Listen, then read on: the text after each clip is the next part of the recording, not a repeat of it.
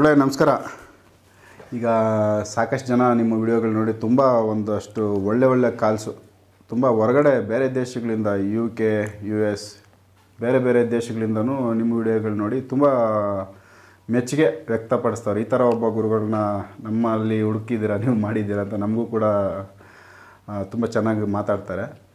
ಕೆಲವೊಂದು ವಿಚಾರಗಳಲ್ಲಿ ಈಗ ಗೋರಖ್ನಾಥ್ ಆಮೇಲೆ ಮತ್ಸ್ಯೇಂದ್ರನಾಥ್ ಇವ್ರ ಬಗ್ಗೆ ಇನ್ನೂ ಸ್ವಲ್ಪ ಹೆಚ್ಚಿನ ಮಾಹಿತಿ ಬೇಕು ಗುರುಗಳನ್ನ. ಈ ಪ್ರಶ್ನೆ ನೀವು ಅವ್ರಿಗೆ ಕೇಳಿ ಅದ್ರ ಬಗ್ಗೆ ಇನ್ನೂ ಒಂದಷ್ಟು ವಿಚಾರ ಅವರಿಂದ ತಿಳಿಸಿ ಅಂತೇಳಿ ಕೇಳ್ತಾವ್ರೆ. ಒಂದು ಸ್ವಲ್ಪ ಅದ್ರ ಬಗ್ಗೆ ತಿಳಿಸಿ ಗುರುಗಳೇ.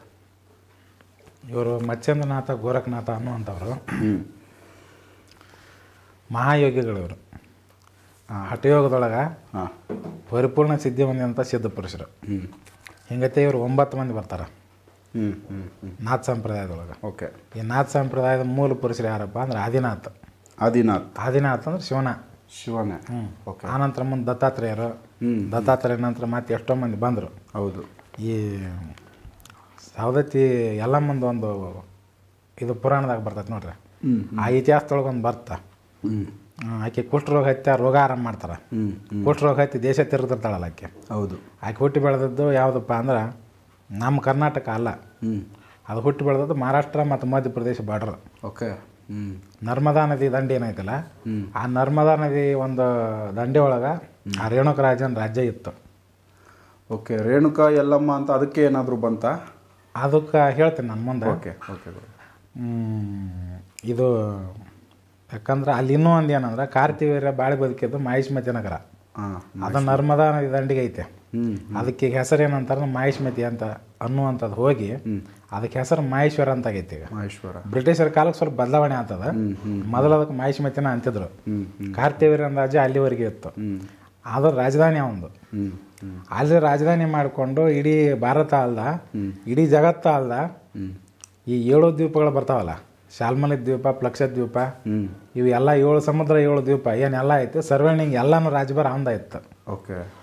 ಅದನ್ನ ಎಲ್ಲಾನು ಏಕಾಗಿ ಅವನು ಆಳ್ತಾನ, ಅವನು ಚಕ್ರವರ್ತಿ ಹಾಕನ. ಅದ್ರಾಗ ಸ್ವಲ್ಪ ಕಡಿಮೆ ಇತ್ತಪ್ಪ ಅಂತ ಚಕ್ರವರ್ತಿ ಆಗಲ್ಲ, ಮತ್ತೆ ಸ್ವಲ್ಪ ಬೇರೆ ಅದಕ್ಕೆ ಸ್ಥಾನಮಾನಗಳು ಅದಾವ. ಅಲ್ಲಿ ಕಾರ್ತಿವೀರ್ಯ ಒಂದ್ಸರ್ತಿ ಜಮದಗ್ನಿ ಆಶ್ರಮಕ್ಕೆ ಬರ್ತಾನ. ಜಮದಗ್ನಿ ಹತ್ರ ಕಾಮಧೇನು ಇರುತ್ತೆ. ಇದ್ರ ಒಂದು ಬರದಿಂದ ಅವ್ರಿಗೆ ಇಚ್ಛಾ ಭೋಜನ ಕೊಡ್ತಾನ. ಆಮೇಲೆ ಕಾರ್ತಿವೀರ್ಯ ಗೊತ್ತಾಗತ್ತದ. ಕಾರ್ತಿವೀರ್ಯ ಗೊತ್ತಾದ್ಮೇಲೆ ಅದೇನಾಕತಿ ಅದನ್ನು ನನಗೆ ಕೊಡ ಅಂತಾನೆ. ಅದು ಕೊಡೋಕ್ಕಾಗಲ್ಲ, ದೇವತೆಗಳು ನನಗೆ ಯಜ್ಞ ಸಲಕ್ಕೆ ಕೊಟ್ಟಾರ ಅನ್ನಿಂದ ಸ್ವಲ್ಪ ಅಲ್ಲೇ ಇಬ್ಬರಿಗೆ ಮಾತುಕತೆ ಆಗತ್ತೆ. ಆಮೇಲೆ ಜಮದಗ್ನಿ ಏನೈತಿ ಅವ್ರ ಮಾತುಕತೆ ಒಳಗೆ ಸ್ವಲ್ಪ ಏನೋ ಆಕೈತೆ ಅಲ್ಲೇ, ಅದು ಎಲ್ಲರಿಗೂ ಗೊತ್ತಿದ್ದದ್ದು ಐತೆ. ಓಕೆ. ಕಾರ್ತಿವೀರ್ಯ ಜಮದಗ್ನಿ ಕೊಂದು ಅದಂತ ಇದನ್ನ ಒಯ್ತಾನ. ಆದ್ರೆ ಒಯ್ಯಕ್ಕೆ ಹೋದ್ರೆ ಅದನ್ನ ನಡುವೆ ದಾರ್ಯಾಗನ ಏನಪ್ಪ ಅಂತಾರೆ, ಇವ್ರನ್ನ ಬಿಟ್ಟು ಮೇಲೆ ಹೋಗ್ಬಿಡುತ್ತೆ ಸ್ವರ್ಗಕ್ಕೆ, ಯಾರ ಕೈಗೆ ಸಿಗಲಾರ್ದಂಗೆ ಹೋಗುತ್ತಾ. ಇಲ್ಲಿ ಏನೈತೆ ಜಮದಗ್ನಿ ಸತ್ತು ಹೋಗ್ಬಿಡ್ತಾನ. ಸತ್ತು ಹೋದ್ಮೇಲೆ ಪರಶುರಾಮ ಬಂದು ಅದನ್ನೆಲ್ಲನೂ ನೋಡಿ ಕ್ಷತ್ರಿಯರನ್ನೆಲ್ಲ ಸಂಹಾರ ಮಾಡ್ತಾನೆ. 21 ಸಲ ರೌಂಡ್ ಹಾಕಿ ಎಲ್ಲೆಲ್ಲಾದ್ರೂ ಒಬ್ಬರನ್ನ ಬಿಡಂಗಿಲ್ಲ. ಅದ್ರಾಗ ಒಂದು 3-4 ಮಂದಿ ಹೆಂಗೆ ತಪ್ಪಿಸ್ಕೊಂಡಿರ್ತಾರೆ. ಯಾವ್ಯಾವುದೋ ಕಾರಣದಿಂದ ತಪ್ಪಿಸ್ಕೊಂಡಿರ್ತಾರೆ. ಅದೆಲ್ಲ ಪುರಾಣದಾಗ ಮಾಹಿತಿ ಐತೆ, ಓದ್ಯಾರು ಗೊತ್ತಾಗತ್ತದ. ಓಕೆ. ಅವನ ಒಂದು ಕಾರ್ತಿವೀರ್ಯನ ಹೊಟ್ಟೆ ಒಳಗೆ ಏನಪ್ಪ ಅಂದ್ರೆ ಒಂದು ಅಮೃತದ ಕಳಶ ಇರುತ್ತೆ. ಅದನ್ನು ತಂದು ಅಲ್ಲಿ ಇದನ್ನ ಮಾಡಿದ ಲೇಪನ ಮಾಡಿದಾಗ ಹೊಳ್ಳಿ ಜಮದಗ್ನಿ ಜೀವಂತ ಹಾಕನ. ಅವೆಲ್ಲ ಪುರಾಣದಾಗ ಬರ್ತಾವ. ಈಗ ನಾ ಮೂಲ ಏನೋ ಹೇಳಕತ್ತಿದ್ದೆ, ರೇಣುಕಾದೇವಿ ಇಲ್ಲಿ ತಿರುಗ್ಕೊಂತ ಬಂದ ರೇಣುಕಾ. ಇದು ಮುಂಚಿನ ಘಟನೆ. ಅಲ್ಲಕ್ಕೆ ಕುಷ್ಠರೋಗ ಹತ್ತಿ ಏನಪ್ಪ ಅಂದ್ರೆ ಆ ಜಾಗದಿಂದ ಹಂಗ ದೇಶ ತಿರ್ಕೊಂತ ಇಲ್ಲಿಗೆ ಬಂದಿರ್ತಾಳ. ಎಲ್ಲೇ ಈಗ ಯಲ್ಲಮ್ಮನ ಗುಡ್ಡ ಸೌದತ್ತಿ. ಅಲ್ಲಿಗೆ ಬಂದಾಗ ಅಲ್ಲಿ ಏಕನಾಥ್ ಜೋಗಿನಾಥ್ ಅಂತ ಇಬ್ರು ಯೋಗಿಗಳು, ಇದ ನಾಥ್ ಸಂಪ್ರದಾಯದವರು. ಅವರು ಇವರು ಒಂದು ಮಾರ್ಗದರ್ಶನದ ಮೇಲೆ ಅವ್ರು ಏನು ಹೇಳ್ತಾರೆ ಆ ವಿಧಿವಿಧಾನ ಎಲ್ಲ ಮಾಡಿದ ಮೇಲೆ ಆಕೆ ರೋಗ ಆರಾಮಾಗತ್ತೆ. ಅಂದ್ರೆ ಈ ನಾಥ್ ಸಂಪ್ರದಾಯ ಅನ್ನುವಂಥ ಸತ್ಯೋಗದಿಂದಾನು ಎತ್ತಿದು. ಮತ್ತು ಶಿವನ ಅಲ್ಲ ಅದಕ್ಕೆ ಅಧಿಪತಿ. ಆ ನಾಥ್ ಸಂಪ್ರದಾಯದ ಇದು ಕೆಲವೊಂದಿಷ್ಟು ಮಠಗಳು, ಕೆಲವೊಂದಿಷ್ಟು ಆಶ್ರಮಗಳು ನಮ್ಮ ಭಾಗದೊಳಗೆ ಕಡಿಮೆ, ಉತ್ತರ ಭಾರತ ಜಾಸ್ತಿ. ಓಕೆ. ಈಗ ಆದಿತ್ಯನಾಥ್ ಅದಾರಲ್ಲ, ಅದೇ ಸಂಪ್ರದಾಯದವ್ರು ಅವರು, ಯೋಗಿ ಆದಿತ್ಯನಾಥ್. ಓಕೆ. ಈಗ ಅಲ್ಲಿ ನಾಥ್ ಸಂಪ್ರದಾಯದು ಒಂದು ಅತಿ ಮುಖ್ಯವಾದಂಥ ಮಾಹಿತಿ ಏನಂದ್ರೆ ಈ 9 ಮಂದಿ ಏನಿದ್ರಲ್ಲ ಅವ್ರು ಮತ್ಸ್ಯೇಂದ್ರನಾಥ, ಗೋರಖನಾಥ, ಜಲಂಧರನಾಥ ಇವರೆಲ್ಲ ಏನು ಬರ್ತಾರೆ, ಇವ್ರು ಎಲ್ಲರದ್ದು ಸಮಾಧಿಗಳು ಮಹಾರಾಷ್ಟ್ರದೊಳಗೆ ಅದಾವೆ. ಎಲ್ಲರೂ ಇದಾವೆ, ಎಲ್ಲರ ಸಮಾಧಿನೂ ಅಲ್ಲೇ ಸಿಗ್ತಾವೆ, ಈಗಲೂ ಇದಾವೆ, ಈಗೂ ಅದಾವೆ. ಓಕೆ. ಅವರು ಕೆಲವೊಂದಿಷ್ಟು ಜನ ಏನಂದ್ರೆ 2000 ವರ್ಷ ಬದುಕಿದವ್ರು ಅದಾರ. ಅದ್ರಾಗ ಕೆಲವೊಂದಿಷ್ಟು ಮಂದಿ 700 ವರ್ಷ, 1400 ವರ್ಷ, ಹಿಂಗೆ ಸಾಕಷ್ಟು ವರ್ಷ ಬದುಕಿದವ್ರು ಅವರೆಲ್ಲ ತಮ್ಮ ಯೋಗ ಸಿದ್ಧಿಯಿಂದ ಶರೀರ ಸಮೇತ ಆಕಾಶದೊಳಗೆ ಹಾರಿಕ್ಕಿದ್ರು, ಶರೀರ ತೊಗೊಂಡು. ಓಕೆ. ಸಿದ್ಧಿ ಏನು ಸಣ್ಣ ಇದ್ದಿದ್ದಿಲ್ಲ. ಮತ್ತು ಅದು ಶರೀರ ಸಮೇತ ಬೇರೆ ಮ್ಯಾಲಿನ ಲೋಕಗಳಿಗೆ ಹೋಗಿ ಬರ್ತಿದ್ರು ಅವರು. ಈ ಥರ ಮಾಡಿದವ್ರು ಯಾರೂ ಇಲ್ಲ ಅನ್ಕೋತೀನಿ, ತುಂಬ ಭಾಳ ಮಂದಿ ಅದಾರ್ರಿ. ಆದ್ರೆ ಕೆಲವ್ರಿಗೆ ಗೊತ್ತಿಲ್ಲ. ಆ ಶಕ್ತಿ, ಆ ಸಾಧನ, ಆ ಸಿದ್ಧಿ ಮಾಡಿದವನು ಎಲ್ಲದನ್ನ ಅದನ್ನು ಮಾಡೋ ಶಕ್ತಿ ಇರುತ್ತೆ. ಅದನ್ನು ಮಾಡಿದವ್ರು ಏನಿರ್ತಾರಲ್ಲ ಎಲ್ಲರಿಗೆ ಆ ತಾಕತ್ತು ಬರ್ತೈತೆ. ಇವು ಅದನ್ನು ಬಿಟ್ಟು ಬೇರೆ ಮಾಡ್ತಾರೆ. ಹಿಂಗಾಗಿ ಇವ್ರು ಹೋಗೋಕ್ಕಾಗಲ್ಲ. ಹೌದು. ಇಲ್ಲೇ ಮುಂದೂರಿಗೆ ಹೋಗ್ಬೇಕಂದ್ರೆ ಗಾಡಿ ತೊಗೊಂಡು ಹೋಗ್ಬೇಕು, ಬೇಕು. ಮತ್ತು ಆ ಸಾಧನೆ ಮಾಡೋದು ಎಲ್ಲರ ತ್ರಾಣನೂ ಅಲ್ಲ, ಎಲ್ಲರಿಗೆ ಅದು ನಿಗೋದು ಇಲ್ಲ. ಅದಕ್ಕೆ ಭಾಳ ಕಠಿಣ ಪರಿಶ್ರಮ ಪಡ್ಬೇಕು. ಅದರದೇ ಆದಂಥ ನಿಯಮಗಳದಾವು. ಅವ್ರು ಮಾಡಿದಂಥ ಸಾಧನೆ ಮಾಡ್ಬೇಕಾದ್ರೆ ಏನು ಮಾಡಬೇಕು ಅಂತೇಳಿ ನಾನು ಈ ಕೆಲವೊಂದಿಷ್ಟು ವಿಡಿಯೋದಾಗ ಹೇಳೀನಿ. ಅದನ್ನು ಮಾಡಿದಾಗ ಇದು ಆಗುತ್ತೆ, ಮಾಡ್ಬೋದು, ಎಲ್ಲರೂ ಮಾಡ್ಬೋದು. ಆದ್ರೆ ಅದು ಒಂದೇ ಜನ್ಮಕ್ಕೆ ಆಗೋದಿಲ್ಲ. ಒಂದೇ ಜನ್ಮಕ್ಕೆ ಆದ್ರೂ ಅದ್ರಾಗ ಹೇಳಿರುವಂಥ ವಿಧಿವಿಧಾನಗಳು ಬರ್ತಾವೆ ಕೆಲವು. ಓಕೆ. ಹಿಂದಿನ ವಿಡಿಯೋದಾಗ ನೋಡಿರೋ ಗೊತ್ತಾಕತಿ. ಅವನ್ನು ಮಾಡಿದಾಗ ಇದು ಆಕತ್ತೆ, ಮಾಡ್ಬೋದು. ಮತ್ತು ಅವ್ರ ಮನುಷ್ಯರಾಗಿ ಹುಟ್ಟನ ಏನಪ್ಪ ಅಂದ್ರೆ ಬಾಳೆ ಬದುಕಿ ಅದನ್ನೆಲ್ಲ ಮಾಡಿದವರು. ಇಲ್ಲೇ ಇವ್ರ ಸಮಾಧಿಗಳು ಏನದಾವಲ್ಲ, ಸಮಾಧಿ ತೊಗೊಂಡ್ರಿ ಇವರು ಸಮಾಧಿ ತೊಗೊಳೋದಕ್ಕಿಂತ ಮುಂಚೆನ ಒಂದು ಘಟನೆ ಬರ್ತೈತೆ, ಹೆಚ್ಚಾಗಿ ಅದು ಗೊತ್ತಿಲ್ಲ. ಅವರೆಲ್ಲರೂ ಏನೈತಿ, ಕಲಿಯುಗ ಯಾವಾಗ ಚಾಲುವಾತ ಅವಾಗ ಕಲಿ ಪ್ರಭಾವ ತಡೆಗಟ್ಟೋ ಸಲುವಾಗಿ ಹುಟ್ಟಿದ್ರು ಹೊಸರು. ಕಲಿ ಪ್ರಭಾವ ತಡೆಗಟ್ಟೋ ಸಲುವಾಗಿ ಹೊಸರು ಹುಟ್ಟ್ಯಾರ ಅವರು. ಅಂದ್ರೆ ಒಮ್ಮೆಲೆ ಹುಟ್ಟಲಿಲ್ಲ, ಸ್ವಲ್ಪ ವರ್ಷ ಹಿಂದ ಮುಂದೆ ಹುಟ್ಟಿದ್ರು. ಅಲ್ಲೆಲ್ಲೆಲ್ಲೆಲ್ಲೆ ಹುಟ್ಟಿದ್ರು. ತಮ್ಮ ಯೋಗ ಸಿದ್ಧಿ ಮುಖಾಂತರ ಏನು ಮಾಡಿದ್ರು, ಧರ್ಮ ಪ್ರಚಾರ ಮಾಡಕತ್ತಿದ್ರು. ಹಿಂಗೆ ಇರ್ತಿರ್ಬೇಕಾದ್ರೆ ಇವರು ಯೋಗ ಸಿದ್ಧಿ ಎಲ್ಲಿವರೆಗೂ ಇತ್ತಪ್ಪ ಅಂದ್ರೆ ಮ್ಯಾಲಿರುವಂಥ ಲೋಕದೊಳಗೆ ಏನು ಅದಾರಲ್ಲ ದೇವತಾ ಆತ್ಮಗಳು, ಸಿದ್ಧರು, ಸಿದ್ಧ ಪುರುಷರು, ವಿದ್ಯಾಧರು, ಅಲ್ಲಿವರೆಗೂ ಇವ್ರ ಕೀರ್ತಿ ಹೋತು. ಇವರು ಮಹಾಯೋಗಿಗಳಂತ. ಅವರು ಸಹಿತ ಇವ್ರಿಗೆ ಕಿಮ್ಮತ್ತು ಮರ್ಯಾದೆ ಕೊಡಕತ್ತಿದ್ರು. ಅಷ್ಟೊಂದು ಗೌರವ ಅಲ್ಲಿ ಇಲ್ಲೇ ಕೈಲಾಸ ವೈಕುಂಠ ಅಲ್ಲಿವರೆಗೂ ಹೋಯ್ತು ಇವ್ರದ್ದು. ಇವ್ರ ಸಾಧನೆ, ಸಿದ್ಧಿ, ಶಕ್ತಿಗಳಿಗೆ ಇದು ಪ್ರಚಾರ ಆಯಿತು. ಈ ಜಗತ್ತು ಬಿಟ್ಟು ಮ್ಯಾಲಿನ ಲೋಕಗಳಿಗೂ ಹೋಗಿ ಇವ್ರ ಕೀರ್ತಿ ಅಲ್ಲಿವರೆಗೂ ಹರಡಿತ್ತು. ಹಿಂಗಿದ್ದಾಗ ಆಗಾಗ ಇವ್ರ ಮೇಲಿನ ಲೋಕಗಳಿಗೆ ಹೋಗೋದು ಬರೋದು ಮಾಡ್ತಿದ್ರು. ಇಂಥದ ಒಂದು ಸಂದರ್ಭದೊಳಗೆ ವಿಕ್ರಮಾದಿತ್ಯ ರಾಜ್ಯ ಆಳ್ತಿದ್ನಲ್ಲ. ಹೌದು. ವಿಕ್ರಮಾದಿತ್ಯನ ತಮ್ಮ ಭೃತಾಹರಿ ಅಂತ ಬರ್ತಾನೆ. ಭೃತಾಹರಿನ ಈ 9 ಮಂದಿ ಒಳಗೆ ಭೃತಾಹರಿನೂ ಒಬ್ಬ. ಅವರು ಕೂಡ ಈ ನಾಥ ಪರಂಪರೆ. ಭೃತಾಹರಿನಾಥ ಅಂತ ಮುಂದಾಗತ್ತೆ ಹೆಸರದ. ಓಕೆ. ಈ ನಾಥ ಸಂಪ್ರದಾಯದೊಳಗೆ 9 ಮಂದಿ ಸಿದ್ಧರು ಬರ್ತಾರಲ್ಲ, ಆ 9 ಮಂದಿ ಒಳಗೆ ಭೃತಾಹರಿನಾಥನ ಒಬ್ರು ಹಾಕಾರ. ಆ ವಿಕ್ರಮಾದಿತ್ಯನ ತಮ್ಮ. ಓಕೆ. ಅಂದ್ರೆ ವಿಕ್ರಮಾದಿತ್ಯನ ಟೈಮ್ನೊಳಗೆ ಇವರೆಲ್ಲ ಇದ್ರಂತ ಅರ್ಥ ಆತಲ್ಲ. ಹೌದು. ಅಂದ್ರೆ ಈಗ 2000 ವರ್ಷದ ಹಿಂದೆ ಕಲಿಯುಗ ಚಾಲುವಾಗಿ 3000 ವರ್ಷದ ನಂತರ ಇಲ್ಲಿಂದ ಹಿಡಿದು 2000 ವರ್ಷದ ಹಿಂದೆ ಇವರೆಲ್ಲ ಇದ್ದರು. ಅಲ್ಲಿಂದ ಇನ್ನು ಕಲಿ ಪ್ರಭಾವ ಬೇರೆ ಎಲ್ಲ ದೇಶಗಳಿಗೂ ಕಲಿ ಪ್ರಭಾವ ಹರಡಿತ್ತು. ಇನ್ನು ಅದು ಇಲ್ಲಿ ಭಾರತದ ಕಡೆನೂ ಬರ್ತೈತಿ ಅನ್ನೋದು ಗುರ್ತಾಗಿ ಇದನ್ನು ತಡೆಗಟ್ಟೋದ್ರ ಸಲುವಾಗಿ ಇವರೆಲ್ಲ ಒಬ್ಬೊಬ್ಬರು ಸಿದ್ಧ ಪುರುಷರು ಮಹಾತ್ಮರು ಇದ್ದದ್ದು. ಹಿಂಗಿದ್ದಾಗ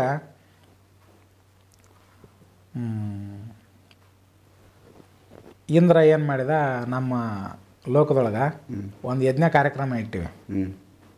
ಅದಕ್ಕೆ ನೀವೆಲ್ಲ ಸಿದ್ಧ ಪುರುಷರು ಮಹಾತ್ಮರು ಏನಿದಾರಲ್ಲ ಇವರಷ್ಟ ಅಲ್ಲಿಗೆ ಆಹ್ವಾನ ಮಾಡಿದ. ನೀವೆಲ್ಲ ಬಂದು ಇದನ್ನು ಆ ಕಾರ್ಯಕ್ರಮದಾಗ ಭಾಗವಹಿಸ್ಬೇಕು, ನಿಮ್ಮಿಂದ ಆ ಕಾರ್ಯಕ್ರಮ ಆರಂಭ ಆಗ್ಬೇಕಂತ ಆಮಂತ್ರಣ ಕೊಟ್ಟ. ಒಬ್ಬರನ್ನ ಕೊಟ್ಟು ಕಳಿಸಿದ, ಅವ್ರು ಬಂದರು. ಪುಷ್ಪಕ ವಿಮಾನ ಅಂತ ಬರ್ತದ. ಹೌದು. ಇದು ರಾವಣ ಬಂದಿದ್ದು ಆಗ್ನಿಂದ ರಾಮಾಯಣದಲ್ಲಿ ಪುಷ್ಪಕ ವಿಮಾನ ಬಳಕೆ ಆಗಿರೋದು ಹೇಳ್ತಾರೆ. ಅದೇ ಪುಷ್ಪಕ ವಿಮಾನಗಳು ಸಾಕಷ್ಟು ಇದ್ವು ಅವಾಗ, ತುಂಬಾ ಇದ್ವು. ಆ ಟೆಕ್ನಾಲಜಿ ಮರೆಯಾಗಿ ಹೋಗ್ತದ. ಓಕೆ. ಗೊತ್ತಿಲ್ಲ ಈಗ ಗೊತ್ತಿಲ್ಲ. ಈಗ ಇಲ್ಲಿ ಅದಾವಲ್ಲ ಇವ ಎಂಜನ್ ಮ್ಯಾಗ ಓಡುವ, ಇಂಜನ್ ಮೇಲೆ ಇವ ಬಂದಾವ. ಹೌದು ಹೌದು. ಪುಷ್ಪಕ ವಿಮಾನ ಕೊಟ್ಟು ಕಳಿಸಿದ ಮೇಲೆ ಅದು ಬಂದು ಇವ್ರು ಎಲ್ಲಿದ್ರು ಆ ಜಾಗಕ್ಕೆ ಬಂತು. ಏನಂತ ಆಮಂತ್ರಣ ಇತ್ತಂದ್ರೆ, ನೀವೆಲ್ಲ ಸ್ವರ್ಗಕ್ಕೆ ಇಂದ್ರ ಕಳಿಸ್ಯಾನ, ಮತ್ತು ನೀವು ಅಲ್ಲಿಗೆ ಬಂದು ಹೋಮ ಕಾರ್ಯದೊಳಗೆ ಭಾಗವಹಿಸ್ಬೇಕು. ಅವ್ರು ಕೇಳಿದ್ರು, ಟೈಮ್ ಕೇಳಿದ್ರು ಅವರು. ಟೈಮ್ ಕೇಳಿದ್ರು, ಹೆಂಗೆ ಬರಬೇಕು ಏನು ಯಾವಾಗ ಕೇಳಿದರು. ಅವ್ರು 12 ದಿನ ನಡೀತೈತಿ ಯಾಕೆ ಸತತವಾಗಿ. ಅದು ಯಾವ ಹೋಮ್ ಇತ್ತೋ ನನಗೆ ಗೊತ್ತಿಲ್ಲ, ಒಟ್ಟು 12 ದಿನ ಹೋಮ್ ನಡೀತೈತಿ ಅದು. ಆ ಹೋಮ ನಡೆಯುವಂಥ ಒಂದು ಪ್ರಸಂಗದೊಳಗನ ನೀವೆಲ್ಲನೂ ಬಂದು ಭಾಗವಹಿಸಿ ಅದನ್ನೆಲ್ಲ ಕಾರ್ಯನ ಮಾಡಿಕೊಡ್ಬೇಕು. ಆ ವಿಮಾನದೊಳಗೆ ಅವ್ರು ಕುಂತ್ಕೊಂಡು ಹೋಮಕ್ಕೆ ಹೋದರು. ಅಲ್ಲೆಲ್ಲ ಕಾರ್ಯಕ್ರಮ ಭಾಗವಹಿಸೋದು 12 ದಿನ ಕಾರ್ಯಕ್ರಮ ಅಂತ ಹೇಳ್ಯಾರ ಅವರು. ಕಾರ್ಯಕ್ರಮ ಮುಗಿಸಿ ಭೂಮಿಗೆ ಬಂದರು ಮತ್ತೆ ವಾಪಸ್. ಭೂಮಿಗೆ ಬಂದರು. ಹೋಗೋ ಮುಂದೆ ಇಂದ್ರನ ವಿಮಾನದೊಳಗೆ ಹೋಗಿದ್ರು. ಬರೋ ಮುಂದೆ ಏನು ವಿಮಾನದಾಗ ಬರಲ್ಲ, ತಮ್ಮ ಯೋಗ ಸಿದ್ಧಿಯಿಂದ ಆಕಾಶ ಮಾರ್ಗದಿಂದ ಇಳಿದ್ರು ಅವ್ರು ತಳಕ. ಹಂಗೆ ಬಂದಿದ್ದಾರೆ. ಬರೋ ಮುಂದೆ ತಮ್ಮ ಸಿದ್ಧಿ ಬಲದಿಂದ ಬಂದಾರ. ಬಟ್ ಹೋಗೋದು ಶಕ್ತಿ ಇತ್ತು ಇವ್ರಿಗೆ. ಬಟ್ ಇತ್ತು, ಆದ್ರೆ ಇಂದ್ರ ಏನಂದ್ರೆ ಅವ್ರಿಗೆ ಗೌರವ ಕೊಡಬೇಕು ಅನ್ನೋ ಕಾರಣಕ್ಕೆ ವಿಮಾನ ಕಳಿಸಿದ್ದ. ಅಲ್ಲಿಗೆ ಹೋಗೋ ಶಕ್ತಿ ಇತ್ತು. ಮತ್ತೆ ಅವರು ಹಾಗಾಗಿ ಇಲ್ಲಿಗೆ ಬರ್ರಿ ಅಂತಂದ್ರೆ ಸರಿ ಆಗೋಲ್ಲ. ಈಗ ಎಲ್ಲಾರ ನಾವು ಹೊರಗಡೆ ಹೋಗ್ಬೇಕಾದ್ರೆ ಅವ್ರು ಗಾಡಿ ಕೊಟ್ಟು ಕಳಿಸ್ತಾರಲ್ಲ, ಒಂದು ವ್ಯವಸ್ಥೆ ಮಾಡ್ತೀವಿ. ಆ ಲೆಕ್ಕಕ್ಕೆ ಏನೈತಿ ಮಾಡಿದ. ಅವಾಗ ಇಲ್ಲಿ ಬಂದು ನೋಡಿದ್ರು, ಇಲ್ಲೆಲ್ಲ ಗೋರಿ ಮಹಮ್ಮದ ಗಜನಿ ಮಹಮ್ಮದ ಇವರು ಮುಸಲ್ಮಾನರು ದಾಳಿ ಮಾಡಿ ಎಲ್ಲ ದೇವಸ್ಥಾನಗಳನ್ನ ಒಡೆದು ಹಾಕಿ ಸರ್ವನಾಶ ಮಾಡಿಬಿಟ್ಟಿದ್ರು. ಹೌದು, ಅರ್ಧ ಉತ್ತರ ಭಾರತನ ನಿರ್ನಾಮ ಆಗಿತ್ತು. ಅವ್ರು ನೋಡಿದ್ರು, ಇದು ಏನು ಹಿಂಗೆ ಆಗ್ಬಿಟ್ಟೈತೆ, ನಾವು ಇದನ್ನೆಲ್ಲ ತಡೆಗಟ್ಟಕ್ಕೆ ನಾವು ಇಲ್ಲಿಗೆ ಬಂದಿದ್ವಿ, ನಾವು ಅಲ್ಲಿ ಹೋಗಿ ಬರುತ್ತಲೇ ಇಲ್ಲಿ ಎಲ್ಲ ಆಗ್ಬಿಟ್ಟೈತಲ್ಲ. ಅಲ್ಲಿ 11 ದಿನ ಅಂತಂದಾಗ ಇಲ್ಲಿ ಎಷ್ಟೋ ವರ್ಷಗಳು ಕಳೆದಿರುತ್ತೆ. ಅಲ್ಲಿ 12 ವರ್ಷ ಅಂದ್ರೆ ಇದು 12 ದಿನ ಅಂದ್ರೆ ಇಲ್ಲಿ ಲೆಕ್ಕ ಎಷ್ಟು ಬರ್ತದೆ ಅದು. ದೇವತೆಗಳಿಗೆ 1 ವರ್ಷ, ನಮ್ಮದು ಅವ್ರಿಗೆ 1 ದಿನ ಆಗುತ್ತೆ. ಅಂದ್ರೆ ಇಲ್ಲಿ ಲೆಕ್ಕಕ್ಕೆ ನೋಡಿದ್ರೆ 12 ವರ್ಷ ಮುಗಿದ್ಬಿಟ್ಟೈತೆ. ದೇವತೆಗಳ ಲೆಕ್ಕಕ್ಕೆ 12 ದಿನ ಆತದ ಆ ಲೋಕದ ಲೆಕ್ಕ. ಹಿಂಗಾದಾಗ ಇಲ್ಲಿ 12 ವರ್ಷನ ಆಗ್ಬಿಟ್ಟೈತೆ. 12 ವರ್ಷದೊಳಗೆ ಇವರೆಲ್ಲ ಸತ್ಯನಾಶ ಮಾಡಿಬಿಟ್ರೆ ಇಲ್ಲಿ ಆ ಟೈಮ್ನಾಗ.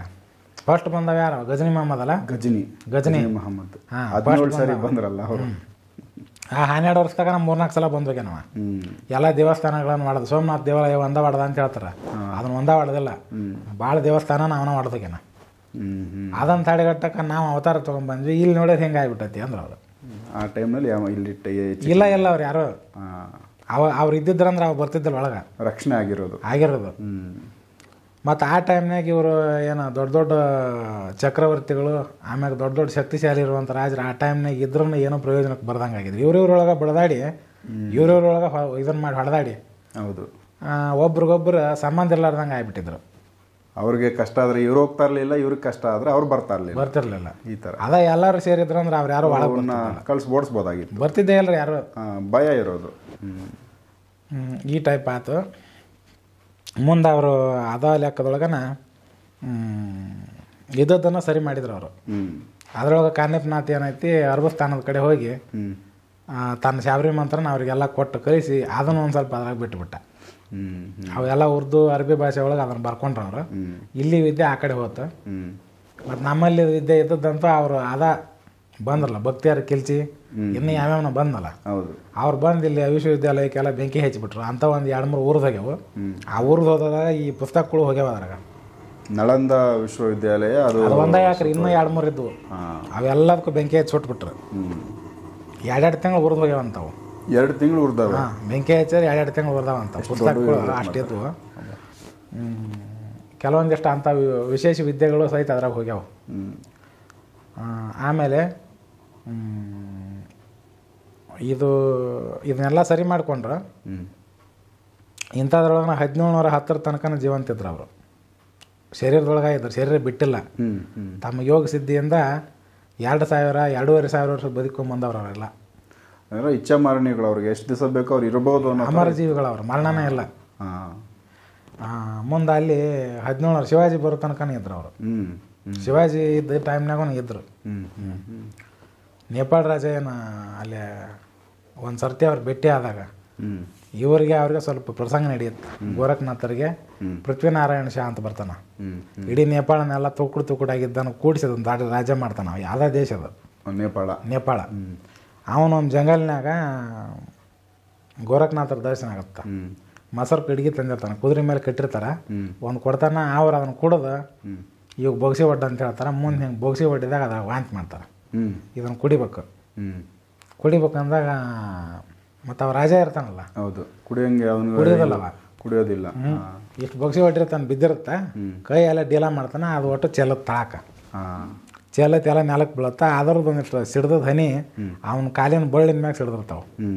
ಗೋರಖನಾಥರ ಅದನ್ನ ನೋಡಿ ನಿನ್ನ ವಂಶ 10 ತಲೆ ತನಕ ಉಳಿತೈತೆ, 10ನೇ ತಲೆಗೆ ನಿನ್ನ ವಂಶ ಸಂಪೂರ್ಣ ನಿರ್ವಂಶ ಆಗತ್ತೆ ಅಂತ ಹೇಳ್ತಾರೆ.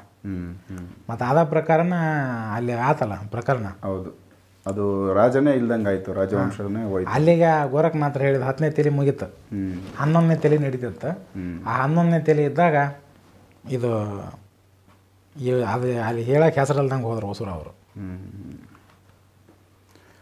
ಅದನ್ನೇನಾರ ಅವು ಕುಡ್ದಿದ್ದ ಅಂದ್ರೆ ಅದನ್ನು ನಾವು ಕುಡ್ದಿದ್ದ ಅಂದ್ರೆ ಇವತ್ತಿಗೂ ಸಹಿತ ಇನ್ನು ಮುಂದೂ ಸಹಿತ ಅವ್ರ ವಂಶನ ಅಲ್ಲಿ ಆಳ್ತಿತ್ತು, ಕಂಟಿನ್ಯೂ ಇಳ್ತಿತ್ತು. ಆದ್ರೆ ಏನು ಮಾಡೋದು, ಅವ್ರದ್ದು ಅಲ್ಲಿಗೆ ಅಷ್ಟ ಐತಿ, ಅದಕ್ಕೆ ಅದು 10 ಬೆಳಿಗ್ಗೆ ಸಿಡ್ದಿತ್ತು, 10 ತಲೆಗೆ ಮುಗಿದು 10 ಕತಿ. ಅದು ಸಿಡ್ದಿಲ್ಲ ಅಂದಿದ್ರೆ ಅವನಿಗೆ ಮುಗಿದೋಗೋದು, ಅವನಿಗೆ ಮುಗಿದೋಗೋದು ಅದು. ಹಂಗಾಗಿ ಅದು ಆದ ನಂತರ ಇನ್ನೇನೈತಿ ಮುಂದೆ ಅದ್ರ ನಂತರ ಸಮಾಧಿ ತೊಗೊಂಡ್ರು. ಅವೆಲ್ಲ ಸಮಾಧಿಗಳು ಮಹಾರಾಷ್ಟ್ರದೊಳಗೆ ಅದಾವು, ಪರಂಪರೆಯವರು. ಕೆಲವೊಂದಿಷ್ಟು ಜಾಗಗಳು ಅದಾವು, ಅವಕ್ಕೆ ಹೆಸರನ್ನ ಅದಾವು. ಅಲ್ಲಿ ಒಂದು ಸರ್ತಿ ಔರಂಗಜೇಬ್ ದಾಳಿ ಮಾಡಿದ ಇವ್ರ ಸಮಾಧಿ ಮೇಲೆನ. ಅಂದ್ರೆ ಅವೆಲ್ಲ ದೇವಸ್ಥಾನ ಕಟ್ಟಿಬಿಟ್ಟಿದ್ರು ಅವ್ರು, ಒಳಗೆ ಸಮಾಧಿ ಮೇಲೆ ದೇವಸ್ಥಾನ ಆ ಥರ ಕಟ್ಟಿಬಿಟ್ಟಿದ್ರು. ಕಟ್ಟಿದಾಗ ಔರಂಗಜೇಬ್ ದಾಳಿ ಮಾಡಿದಾಗ ಏನು ಮಾಡಿದ, ಅವ್ನು ಒಡೆಯಕ್ಕೆ ಬಂದವ. ದೇವಸ್ಥಾನ ಒಡೆಯೋದಲ್ಲ ಅವ್ನ ಕೆಲಸ. ಹೌದು, ಒಡೆಯಕ್ಕೆ ಬಂದ. ಇವರು ಅಲ್ಲಿರುವಂಥ ಪೂಜಾರಿಗಳು ಓಡಿ ಬಂದರು, ಬ್ರಾಹ್ಮಣರಿದ್ರು ಅವರು. ಬರಂದ್ರೆ ಹೊಡಿಬೇಡ ಅಂದ್ರೆ, ಇವು ಸಮಾಧಿ ಯಾರು, ಇವು ಏನು ಅಂತ ಕೇಳಿದ್ರು.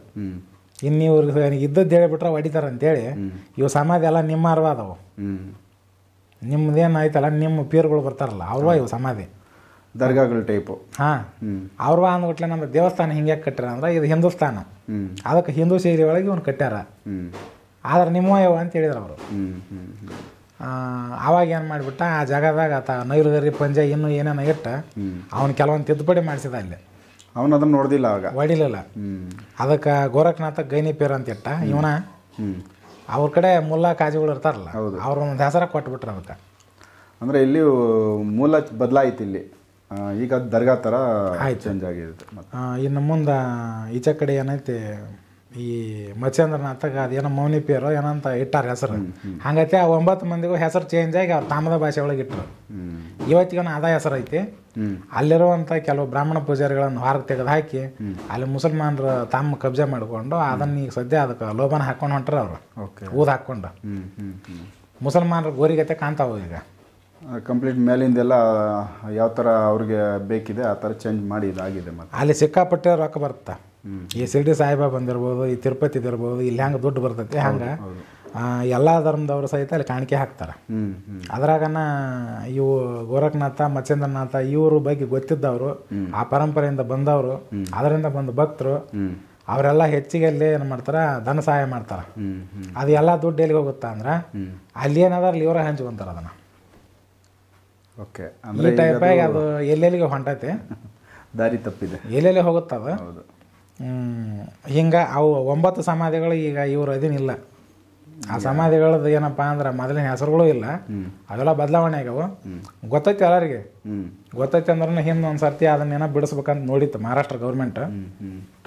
ಆದ್ರೆ ಅವರೆಲ್ಲ ಇದ್ದವರು ಅಲ್ಲಿದ್ದಂಥ ಮುಸ್ಲಿಮ್ಸ್ ಏನಂದ್ರೆ, ನಾವು ಇದನ್ನು ನಂಬಿಕೊಂಡ ಇಷ್ಟು ಮನೆಗಳು ನಾವು ನಡೆಸ್ತೀವಿ, ನಮ್ದು ಎಷ್ಟು ದೊಡ್ಡ ದೊಡ್ಡ ಪರಿವಾರ ಅದಾವು, ಈ ನಮ್ಮನ್ನು ಬಿಡಿಸಿದನ್ನೆಲ್ಲ ಮಾಡ್ರೆ ನಾವೆಲ್ಲಿ ಹೋಗೋಣ ಅಂದ್ರೆ ಅವರು.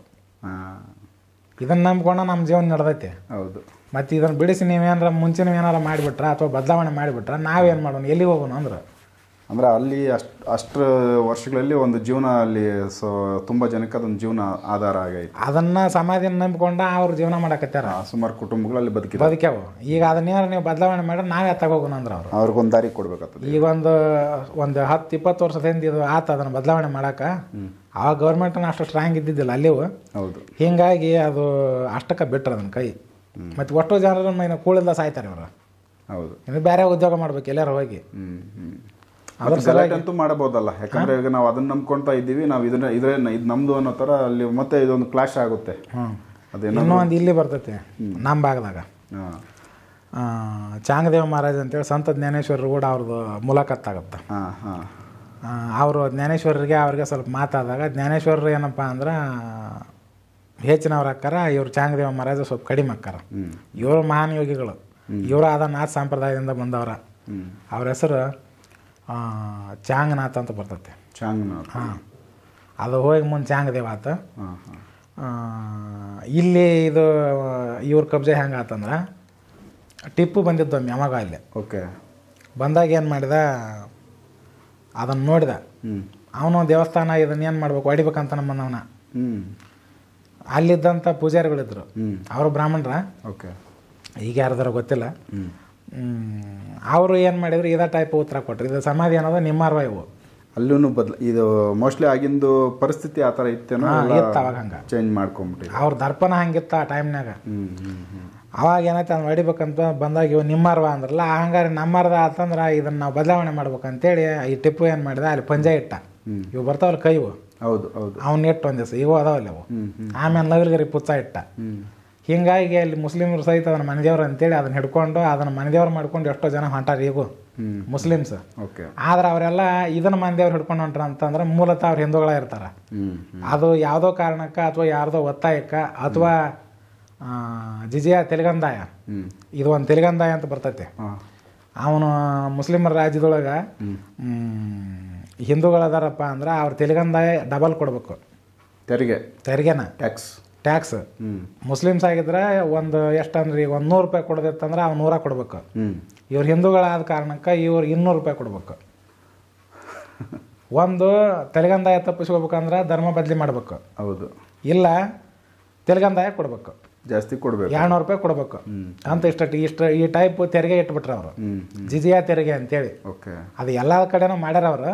ಕೆಲವು ಕಡೆ ಗೊತ್ತೈತಿ, ಕೆಲವ್ರಿಗೆ ಗೊತ್ತಿಲ್ಲ. ಇವ್ರು ಏನು ಮಾಡಿದ್ರು, ನಮ್ಮದು ಪರಿಸ್ಥಿತಿ ಬಡತನ ಪರಿಸ್ಥಿತಿ, ಆರ್ಥಿಕವಾಗಿ ಎಲ್ಲ ಹಿಂದುಳಿದವರು, ಇಷ್ಟು ದುಡ್ಡು ನಮಗೆ ಕೊಡೋಕ್ಕಾಗಲ್ಲ, ಮತ್ತು ಇರಾಗಿನ ತಪ್ಪಿಸ್ಕೋಬೇಕಾದ್ರೆ ಮುಸಲ್ಮಾನರು ಆಗ್ಬಿಡೋನು, ಕಷ್ಟದಲ್ಲಿದ್ದವ್ರು ಬದಲಾಗ್ಬಿಟ್ರೆ. ಹಾಗಾಗಿ ಅವ್ರು ಬದಲಾಗಿದ್ದು. ಮತ್ತು ಆ ಮನೆ ದೇವ್ರನ್ನ ಏನೈತಿ, ಆ ಚಾಂಗ್ ದೇವ್ರದ ಫೋಟೋ ಮನೆ ಒಳಗೆ ಅದಾವ ಅಂತಂದ್ರೆ ಅವರೆಲ್ಲ ಹಂಗೆ ಕನ್ವರ್ಟ್ ಆದವ್ರು ಅವರು.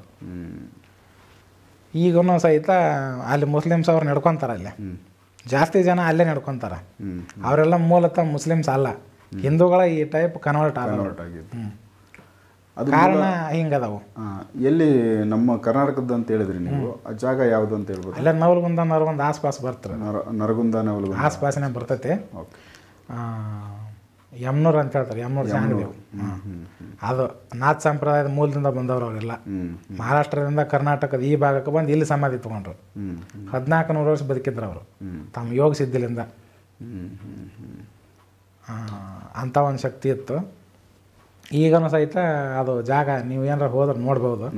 ಅಲ್ಲಿ ಹಿಂದೂ ಮುಸ್ಲಿಂ ಇಬ್ರು ಹೋಗ್ತಾರೆ. ದತ್ತಾತ್ರೇಯ ಅವ್ರದ್ದು ಗುಡಿನೂ ಹಂಗೆ ಮೋಸ್ಟ್ಲಿ ಆ ಭಾಗದಲ್ಲೇ ಒಂದು ಬರುತ್ತೆ. ಅದು ಇಲ್ಲಿ ಬರುತ್ತೆ ರೀ, ಬಾಬಾ ಬುಡನ್ಗಿರಿ.